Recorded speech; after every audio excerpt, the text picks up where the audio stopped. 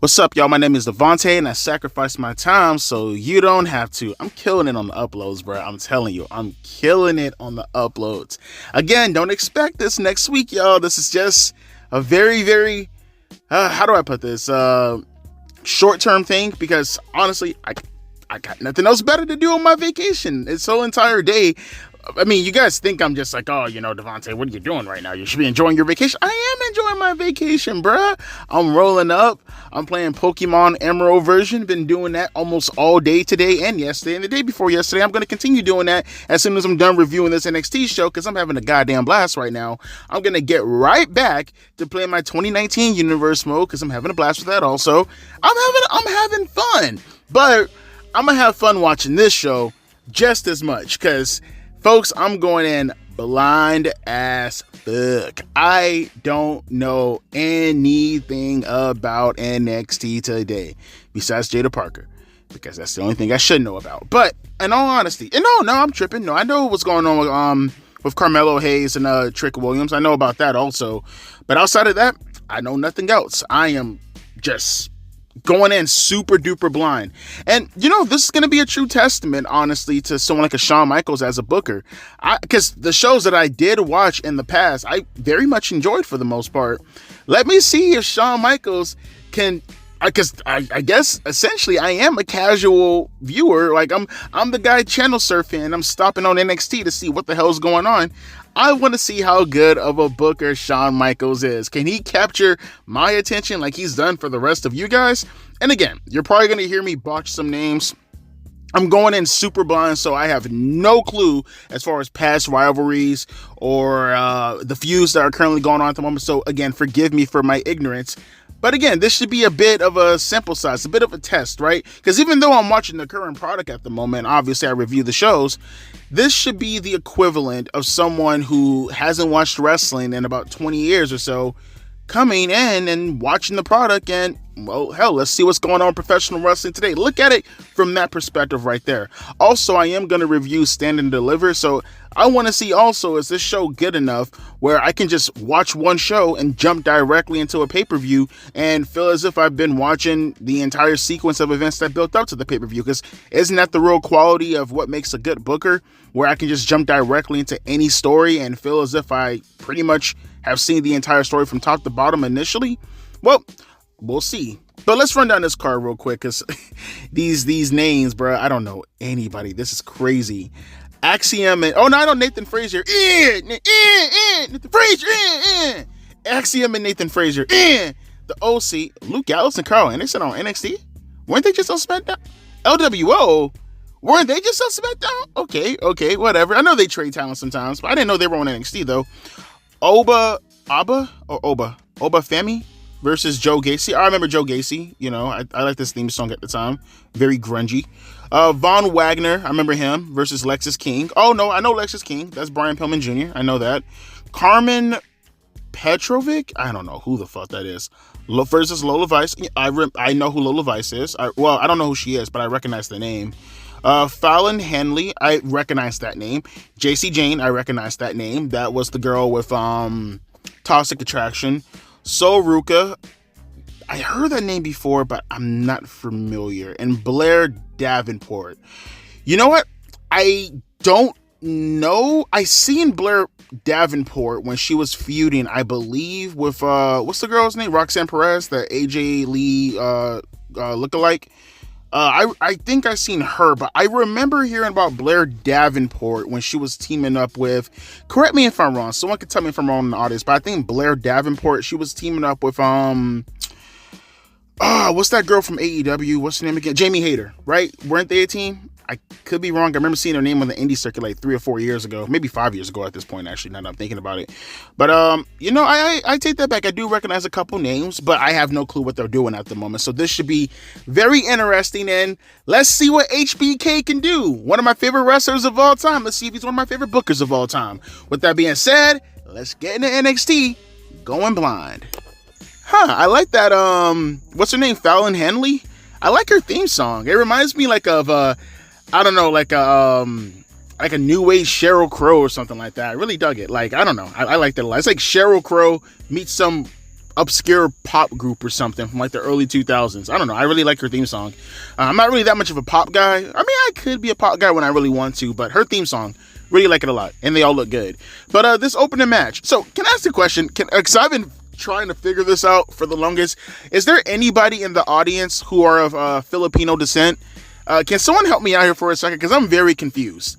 Are Filipinos like Asian or are they like Hispanic? I'm super confused because I swear, when I used to work for Publix, like I had two girls who were both from the Philippines who worked with me in the deli. This was like a decade ago. And like they say they were Filipino, but you can clearly look at their features and they clearly look like they're Asian. Like you can easily tell. Like I didn't even know they were Filipino. I actually thought they were from like Vietnam or something like that, with how heavy their Asian features look, right? But then you look at someone like a Batista, right? And I honestly thought Batista was, I thought he was Spanish. Like I thought he was from like, you know, like Honduras or something like that. That's what I pegged Batista from being initially, until I found out he was Filipino. And then I remember that promo from Dominic Mysterio where he was actually pointing out everybody in the crowd. He was like, you know, and he looked, or pointing out everybody within the LWO, and he looked at Joaquin Wilde and he said the non-Latino, and I was like, okay, so it's like what are they, bro? Like help me out here. Are they, I know they're supposed to be Asian, but then I heard also that they can qualify for Spanish also. I know America says that they're Asian, but then everywhere else says like, oh no, they have Spanish descent. So what is it? Are they Asian or are they fucking Hispanic? Anybody, particular Filipinos, what are you, goddammit? With that being said, though, this tag team match opener was actually pretty good. Very AEW-esque, but there's just a different feel within, like, WWE matches that tend to do this pacing. Again, they do it right, and I'm not trying to sit here and, like, play a double standard with AEW versus WWE. It's just with AEW, there's just a sense of, like, not letting anything breathe and never getting to the fucking point, you know, and then, like, you're doing all this bunch of shit, and then you're kicking out of it rather than, like, doing some decent storytelling and having people, you know, break up the move. It was just something about the pacing of this match that I really dug in comparison to the AEW matches. Now, granted, I'm familiar with the majority of the talent. I mean, I know the LWO, obviously. They're on SmackDown. I know the Good Brothers. They're occasionally on SmackDown. I am somewhat familiar with Axiom. I think he used, someone help me out here. He put a mask on him, right? That was the kid. I forgot, it's like, A-Kid, right? A-Kid from the UK shit a couple of years ago. I think that's Axiom. Although I could be terribly wrong, but I think that's him, right? And I'm not too familiar with Nathan Frazier. I like his name. His name is awesome, Nathan Frazier. And like I said, it was a fine match. These guys were pulling out all these tornillos, all these splashes, guys outside the ring. It was a really cool spot with Joaquin Wilde, where he was like in the middle of the ropes, and then Axiom and Nathan Frazier like launched him into the air. Then he caught, I think, Luke Gallows, if I'm not mistaken, into a DDT. It was really, really fucking cool. And by the end of the match, you know, they were all kind of like fighting. It was a little bit of a botch, or at least it looked like there was a miscommunication between Joaquin Wilde and I think Axiom. But they recovered relatively well. Cruz del Toro was in the corner of the ropes, or like in the corner, like laid out, and out of camera view, Nathan Frazier hit a 450 splash, and he ended up winning the match. So again, it was fine. They got their point across. I can't wait to see the match between them and Braun Breaker and Baron Corbin, who were standing on some podium on the outside, on the outskirts of the NXT. Well, I want to say on the outskirts. Well, yeah, I guess on the outskirts of the arena, if you even want to call that. And again, I like the intimacy also. I said this also about AEW when they were in Daly's place. I mean, I ragged on them for like downgrading so far, but I do like the enclosure, the ambiance. I really do like the when the audience is like that. I used to love that from Raw back in the mid-90s also, and NWA. I just love audiences when they're like that. It's just way more intimate. So pretty solid opener. And you know, you had a promo from Lexus King, Brian Pillman Jr. And I will say, I'm looking at how he's talking, and you know, at first I looked at him, I thought he was Paul Burchill at first. Like, what the fuck? Look like he's from the Pirates of the Caribbean or some shit. Oh, hang on, I see Ilja Dragunov. Let me see what he's saying. Okay, don't know what's going on there, but they said they're going to touch on it later on tonight. I see that Ilja Dragunov has something on his will, like he was going to get repoed or some shit, and some guys pulled up and told him to get in the car, and they said the Don doesn't want to keep he doesn't want to be kept waiting. I'm very curious as to what's going to happen there. I'll keep my eye out for that. But Lexis King, he cuts a promo on Von Wagner, right? Apparently there was a situation with him, and I guess he beat him a couple times or whatever, and I guess that's a story in itself too. I'll keep my eye out for. Again, solid so far. I mean, you got like damn near 10 characters over and just like 2 segments in the first 20 minutes of a show, so that already is a fucking A+ for me. But I will say, looking at Lexis King, is it just me? I don't know. I look at his face, he just looks like an Intercontinental champion. Like, he just screams Intercontinental champion. I don't know. But let's watch this match with Fallon Henley and JC Jane. So let's get on with that, I guess. Okay, guys, someone's gonna have to help me out here, because apparently I'm super duper confused. Are you guys watching NXT along with me? Was that supposed to be a botch, or am I missing the bigger picture or something? Because you have this match with the Fallon Henley girl and JC Jane, and so I'm confused. Okay, so I see all the girls who are representing their so-called stable, right? And like, there was a point in the match where like because like one of the girls on Fallon Henley's side, they're all fighting outside the ring, right? And it was a point where they kind of, I think this is Fallon Henley's side. That's what I'm saying. This is where the botch comes into play, because I'm very, very confused. Like, they're fighting each other, and then like they beat the crap out of each other, but I guess they were outnumbered. Fallon Henley's girls were outnumbered, and then Fallon Henley comes out to the ring and she punches all the opposing girls, but one of the girls who were being held, she punched her in the face too. So was that like a botch, or was that like a story that I'm not really understanding? Like, I want to say that's a botch, because they did go backstage and like, you know, they hashed it out. So JC Jane came to the back and like she started yelling at The Rock's daughter. What's it, Ava, right? She started yelling at her, and she's like, I'm gonna get back my spot as the star attraction, and yada yada yada yada yada. Again, I have no context as to what the fuck. I'm pretty sure she's probably talking about the toxic attraction. I guess that's what they're alluding to, because I think she was a part of that stable. And then she starts going off, and you know, eventually Ava tells her to get away, and then what's her name? The Fallon Henley girl and her stable comes back there, and they're just like yelling and they're screeching, and honestly, it's breaking my fucking audio with how much they're screeching. And then, you know, Ava's like, you know, you guys have a 6-man tag match at Stand and Deliver. So I guess that's going to be the match, which is fine, I guess. I'm just super confused. Is there like a story with Fallon punching the girl in the face who like is next to her? Or is it like a story that I'm just missing? Again, someone can fill me in the comment section. That was really, really fucking confusing.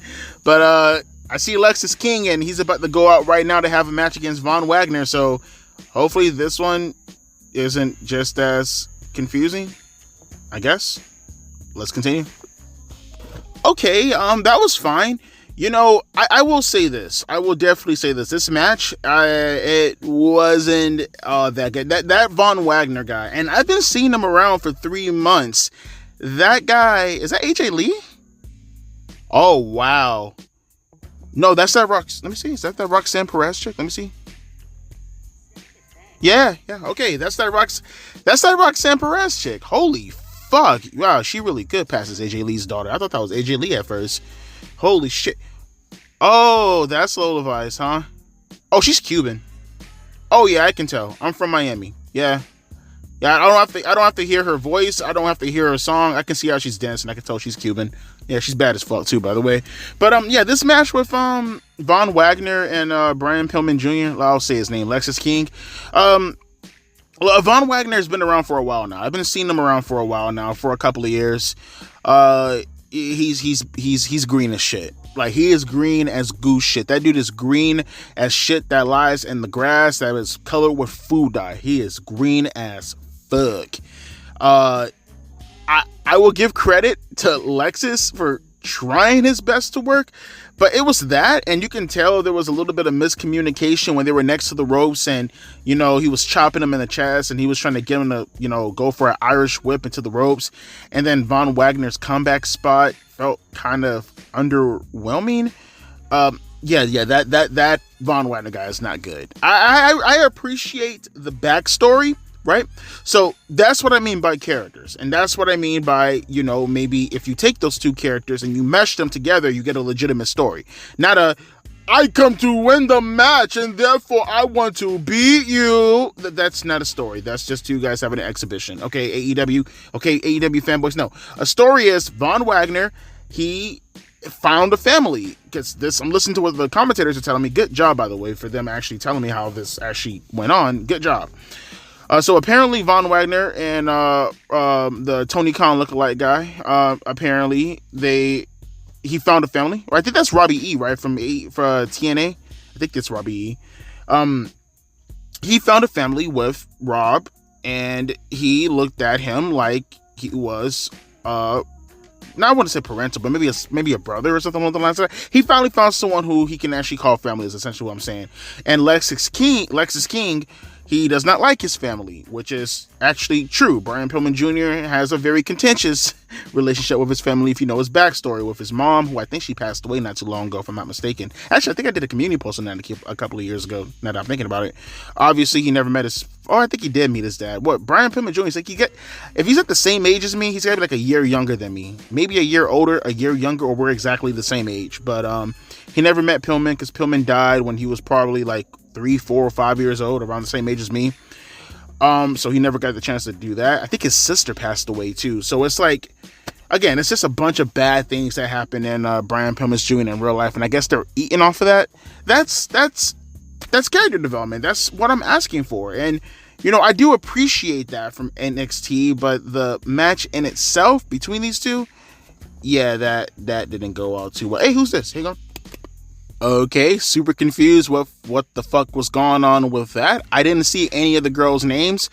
I don't know the girl on the right, but I'm pretty sure the one on the left with the dress and the crown, she looks you can look at her eyes. She looks like no disrespect whatsoever. I shit you not. I see her in the dress and I immediately thought of Santina. She looks so much like Santino Marella, and I know Santino Marella's daughter is wrestling within NXT.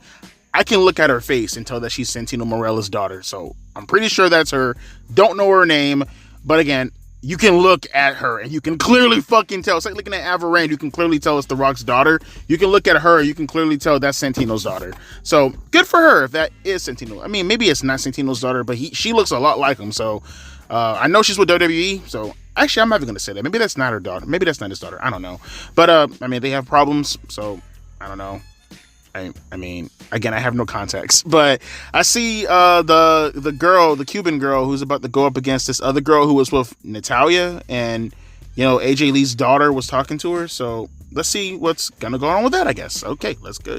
I will say this though, there's a lot of emphasis put on the win. You see, yesterday we talked about this too. Or was it earlier today? I think it was earlier today. We talked about the whole uploading so many fucking videos. I can't even think. But we talked earlier today about like the feminism and constantly trying to interject the women's wrestling into everything without actually having any reason to do it. But because they're women, we should fucking do it. DEI bullshit. I mean, look at this show right here. Everything is just flowing together. I mean, you were able to show off, how many fucking women's segments, and it came off so smoothly while still being able to show off the men. I mean, I don't understand why this is such a fucking problem. Man, I like NXT. I'm serious. I have to keep up with this program. I said that the last time, but I'm serious. I have to keep up with this. I'm liking what they're doing as far as the formatting is considered. But let's watch this match and see where this goes. Yeah, I'm fucking with this show. I'm fucking with this show. This is a fucking hidden gem. I hear reviews sometimes of NXT, and I just don't. I don't get it. Are we watching two completely different shows? This shit kicks so much ass. Just look how many people are getting over. How many people actually have characters? How many people actually have trademarks within them? Like, this is great. I don't understand what anyone is talking about. Even when the main event is going to be Carmelo Hayes and Trick Williams, and them still touching on it while still never relenting on the fact that their world champion is still there, and coming back and giving them a vignette and a promo package, not a promo package, but like an actual skit to promote that. And it's said to be continued. So we'll get more about that later on tonight. And then like the emphasis put on all the women, and they don't feel out of place. Everybody feels like they're an equal. Yo, first off, Lola Vice is bad as fuck. She ended up, I mean that physically. I don't mean like, well, I mean in the match also. She defeated the, I forgot the girl's name. I don't even know I forgot the girl's name. Natalia's fucking girl that she's mentoring at the moment. She beat her with a wicked backhanded fist and then locked in the sharpshooter to make her tap out. And then like, we are still continuing the story throughout the night with Tony D'Angelo and Ilja Dragunov, which I'm assuming that's going to be the NXT Championship match going into Stand and Deliver. They have a little bit of a skit going on at the moment, which we'll get back to later on tonight. He just made it into the warehouse and he sat down and all Tony D'Angelo's goons are around, and I like his gimmick too. I've never seen a legitimate mafia. I mean, yeah, you have the FBI, the full-blooded Italians, but they were goose. They were jobbers. I mean, this is like a legitimate fucking mafia gimmick, so I'm fucking with this. I want to see more of that. And then this little standoff with Roxanne Perez and Lyra Valkyria. Yo, what the fuck? Okay, so I can clearly hear Lyra's accent. She clearly is Irish. I mean, I'm pretty sure. I can hear her accent. I can tell she's Irish. What is Roxanne? I mean, clearly she's Hispanic, but I can't really pinpoint, like, okay, again, I'm from Miami. I can tell a Cuban from a mile away. I can look at Lola Vice. No one can tell me anything differently. She's fucking Cuban. I don't even have to hear her talk. I can look at her and I can tell that she's Cuban. All my friends are Cuban. I know she's Cuban. I don't know what the hell Roxanne Perez is. I'm hearing her talk and I'm hearing her accent, but I can't pinpoint what she is. If someone can tell me in the comment section, that'd be very, very helpful. I might look it up later on today, but like if I don't remember, someone just let me know. But she's clearly Hispanic.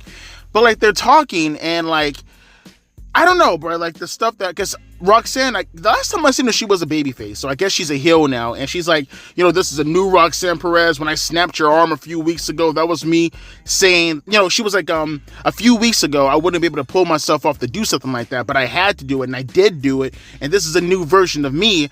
And then like here, Lyra was like, you know, like all you do is bitch and moan. I guess they're doing the whole Drew McIntyre stuff, which apparently everybody's biting off of Drew McIntyre nowadays. But they're like, oh, all you do is bitch and moan, complain and groan. And, you know, Roxanne was essentially saying, you know, you've been champion for so long, you don't know what it's like to lose the belt. But come this Saturday, you will find out what it means to lose this championship belt. And then she slapped her in the face and she legit hit her. She started bleeding from the nose. But like, as soon as she hit her, like immediately Lyra just hits her with this brutal ass fucking receipt, fucking spinning heel kick, knocked her ass clean out. Then she hit her with a Death Valley driver, almost an AA, through this little table that was in the middle, because they're doing this all on this talk show with Noam Dar, you know, Alicia Fox, that's how I remember him, and like the other people who are surrounded. I guess this is like a talk show, and she like hit her with a Death Valley driver through the table that was sitting in the middle. It was a great segment. I liked it. I don't know anything about these two as far as their story is considered, but now I got just this alone makes me like, okay, cool, I want to see the match at Stand and Deliver now. I mean, I will say that Roxanne, I mean, she can kind of dial back a little bit on the AJ Lee stuff because it's fucking obvious from the clothes that she wears, from her demeanor, from how she cut the promo. You can clearly tell she is brutally influenced by AJ Lee. I can tell that off rip, you know? So maybe she can kind of like dial it back a little tiny bit, you know, on the AJ Lee stuff. As a matter of fact, she might be Puerto Rican now that I think about it. Now that I'm looking at her and thinking of AJ Lee, I wouldn't be surprised if she was Puerto Rican, maybe Dominican, one of those two. But yeah, good stuff. I liked it a a lot. And again, all it took was for something like this to get me wanting to be invested into the World Heavyweight Championship match and all this. Oh, actually, I see. Hang on for a second. Okay, they're just happening with the Carmelo Hayes and Trick Williams stuff that's gonna happen later on tonight. Again, I can't wait to see this. This is good shit. Really good shit. But we'll get to that later on tonight, and let's continue on with the show. This is fucking fantastic. I love this shit so far. That doesn't look good. Well, I was right. It was Ariana Grande. Okay, well, I didn't know her name, but you know, I'm pretty sure that's I think Ariana Grande. That's Santino's daughter's name. Yes, it is. I think I've seen her name lying around. Well, she's about to have a match with that girl who she was talking to earlier that we talked about earlier. That I forgot her name already earlier. But Obafemi. So first and foremost, I like him. I like him a lot. I like his look. You know, he's like a more credible version of fucking Omos. Just not as big, obviously, but he seems like a more credible version of him. I like his size. I like his look. I like how, again, another wrestler that has a trademark. He comes out with that, oh, bah, woo, oh, bah, woo. I can get behind that shit. That shit's lit as fuck. They had like a little bit of a promo package for Dominic Dijak. And I think is he Dijak or Dijakovic? I don't know what he's calling himself nowadays. But, we had him backstage watching the monitor, because I guess they're gonna have a three-way match for the NXT American Championship, North American Championship, with him, Dijak, and Dijak, Oba, and the Josh Briggs guy. I guess they're doing the whole Meat Madness, but the right way, AEW.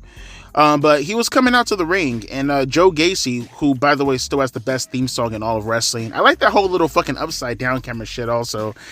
He was coming out to the ring where he was attacked by Shawn Spears, Ty Dillinger, with a steel chair. And he continued on with the match, and the match in itself was fine. It was a nice little spot on the apron where, I don't know what, I guess maybe Joe Gacy was going to go for a PK off the apron. To Oba, who was on the floor, but Oba just met him with a fucking straight up chop right to the chest. Got a nice little sound impact from that. But when we were going towards what looked like what was going to be the finish, he did some move on Joe Gacy. I don't know what happened, but I guess like Joe was trying to go for like a springboard, like how Tajiri was, I used to do like the little buzzsaw elbow where he'll like springboard and then like a handstand off the ropes and then come back with an elbow. Well, I guess Joe Gacy was doing that, and it looked like he was coming back with a clothesline. I really couldn't tell what he was attempting to do afterwards, but Oba caught him and he put him on his shoulder, and it looked like he was gonna lose him for a second, but he managed to get control. Then he hit him with a snake eyes. Then he picked him up and like he put him in like a backdrop position, and then he just launched them, right?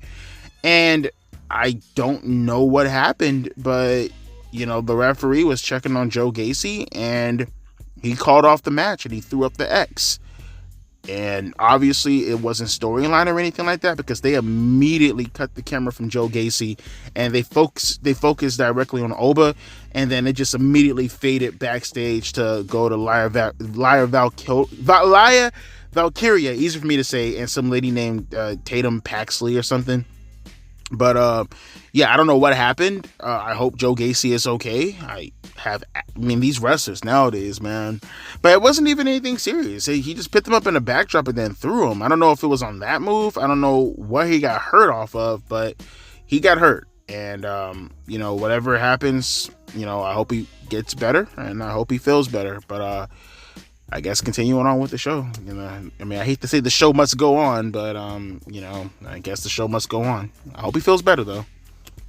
All right, so let's just call it right now. Shawn Michaels is the best out of all the fucking promoters, out of all the bookers, Tony Khan, Triple H, anybody on AEW, TNA, anything.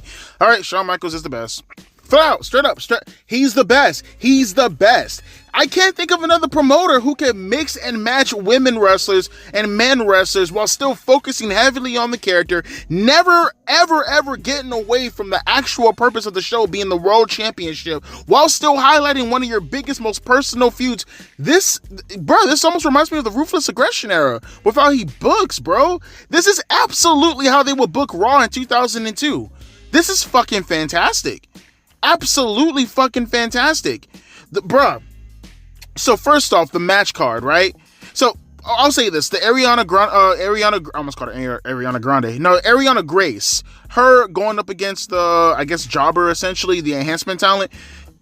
First off, that was a really nice, fast-paced match. The girls they both seemed pretty green, but not to the degree where they didn't do a pretty good job. I liked the match. The ending with the Japanese rolling clutch and holding onto the ropes, that was fine.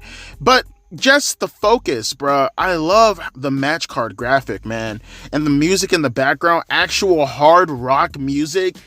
Fuck, man. Then the match card coinciding with it. That was so Ruthless Aggression era. How he actually did, bruh. Okay. All right, that's it. For now on out, I'm watching NXT for now on out. I'm finna start reviewing the show. I don't give a fuck how many views I get. I need a palate cleanser whenever I watch AEW or Raw. And unfortunately, at this point, because it's not looking good so far these past few weeks, SmackDown, I'm gonna start reviewing NXT for now on out. Every Tuesday, come back here. Be there or be square. I want to get myself more invested into these characters. I feel like I'm loving this show without even knowing anything and just being introduced to all the stories and characters. I can only imagine what's going to happen if I actually took the time to get invested into some of these people. And, bruh, I really cannot wait to see Stand and Deliver. That's going to be, I can't wait to see that. Just from how they're building this stuff alone. I cannot, he is getting over. Now you got this match with this Ruca girl versus somebody else. The amount of women he got over without having to do any agenda bullshit, bruh. Like, you have Becky Lynch talking. He got over, bro. I swear to God, he got over at least like a dozen women.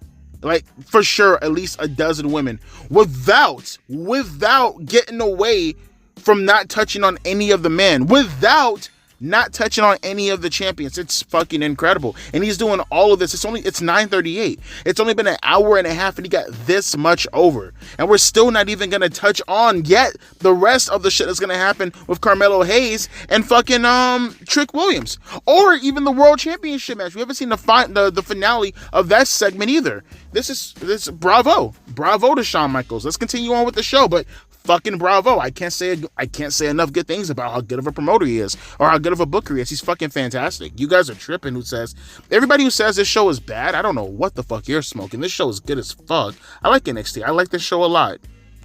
Okay, so let me hurry up real quick because we have Carmelo Hayes and Trick Williams coming up next. That's going to be the finale for all this.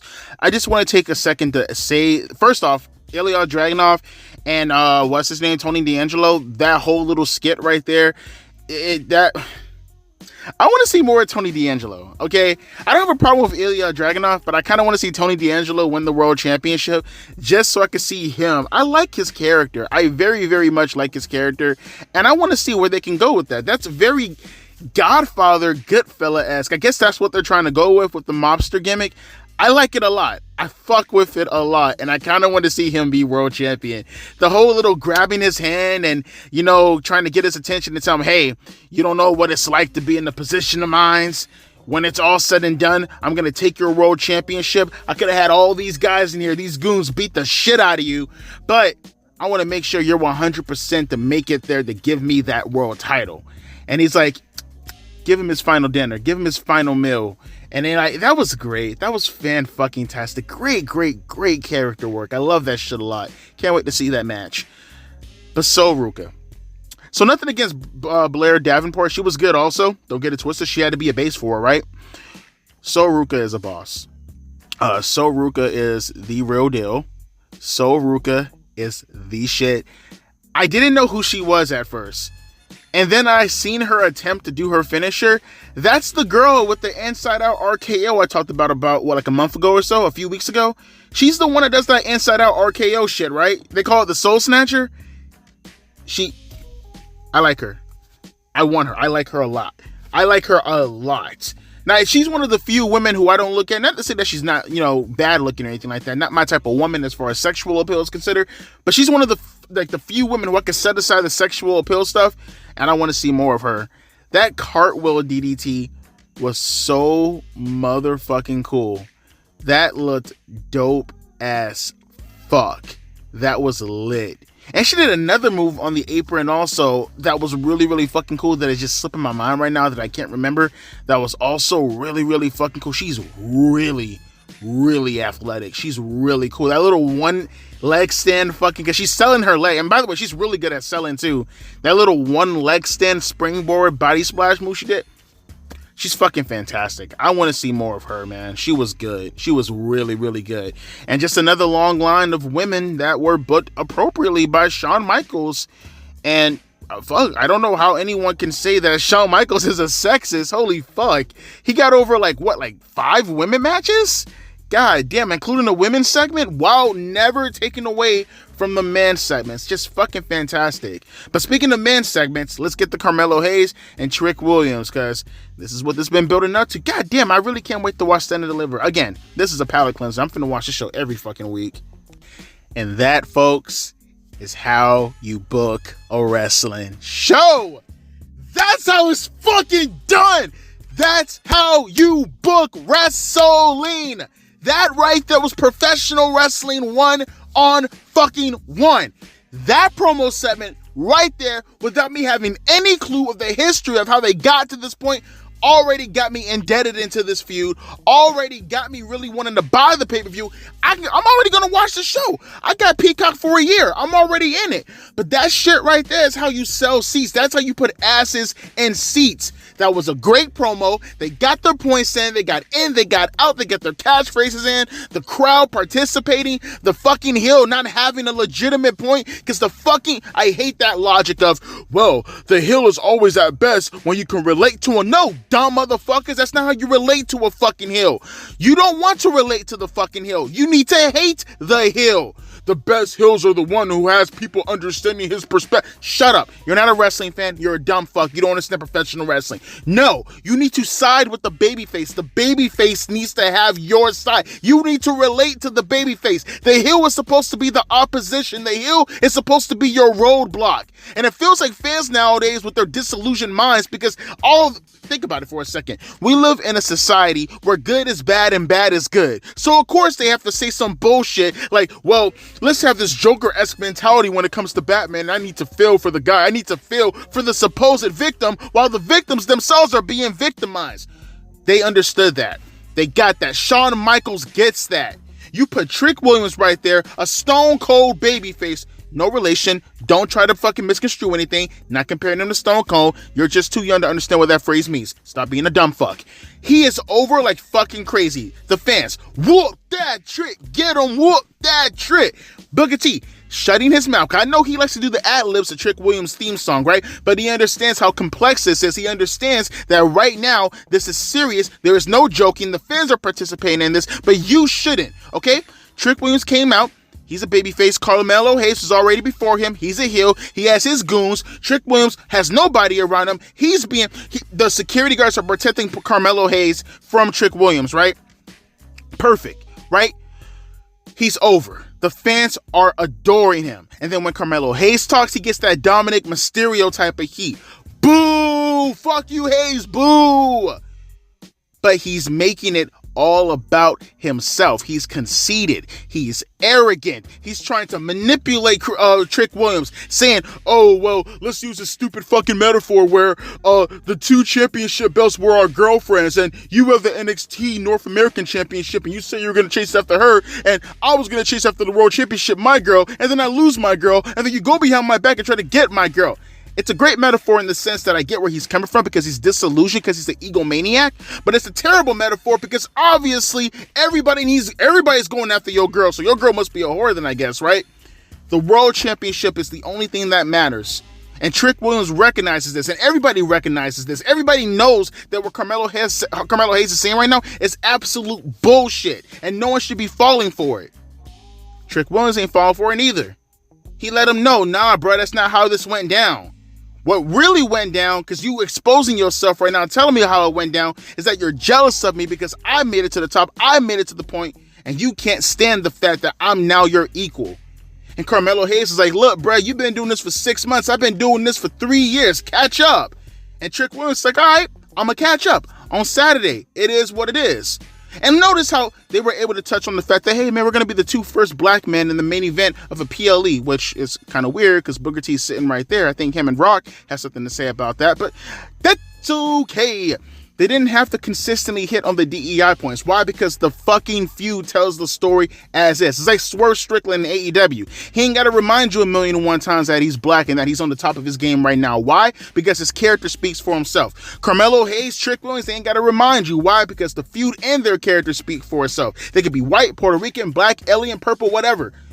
They speak for themselves. Ladies and gentlemen, boys and girls, that's called meritocracy. That's why I get so upset when I hear Becky Lynch talk about, well, we should probably have this, that, and the third. You got people on Twitter talking about, well, we should probably have a better world for the women. No, you don't get opportunities based off of your sex. You don't get opportunities based off of your skin color. You don't get opportunities based off of your race. None of this shit. You either earn it or you don't earn it. And they earned it. And I cannot wait to see this match. And overall, Hell, we're talking about diversity. Shawn Michaels does it better than fucking anybody. He can hit on the diversity points without completely making it about diversity.